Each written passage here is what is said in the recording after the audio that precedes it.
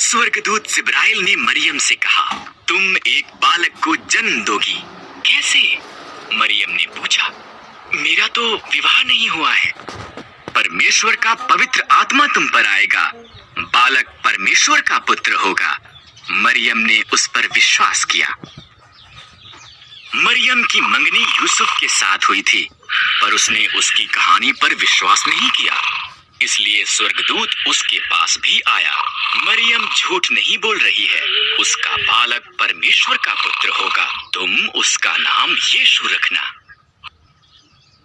कई महीने बीत गए, तब वो बैतलहम यूसुफ के शहर में सरकार के पास नाम लिखाने के लिए यात्रा करके गए। उस लंबी यात्रा के बाद मरियम के जन्म देने का समय आ पहुंचा।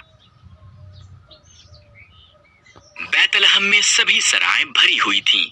इस तरह से परमेश्वर का पुत्र एक अस्तबल में पैदा हुआ, कपड़ों में लपेटा गया और एक घास के बिस्तर पर रखा गया। उन्होंने उसका नाम यीशु रखा। उस रात को एक स्वर्गदूत बैतलहम के निकट पहाड़ियों में कुछ चरवाहों पर प्रकट हुआ। सुसमाचार, स्वर्गदूत ने कहा, तुम्हारा उद्धारकर्ता पैदा हुआ है। वो बैतलहम में एक चरनी में रखा हुआ है। अचानक और स्वर्गदूत प्रकट हुए, इतने ज्यादा कि उनसे पूरा आकाश भर गया। आकाश में परमेश्वर की महिमा। उन सब ने गीत गाया, पृथ्वी पर उन मनुष्यों में जिनसे वो प्रसन्न हैं, शांति हो। जब स्वर्गदूत चले गए, चरवाहे जल्दी से बैतलहम के लिए निकले।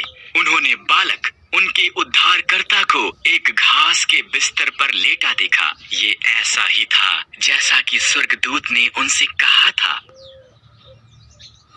चरवाहों के यीशु को देखने के बाद वो शहर में से होकर गए। वो बहुत उत्साहित थे। उन्होंने जो हुआ था वो सबको बताया और उन्होंने परमेश्वर की उस सब के लिए जो उसने किया था प्रशंसा की।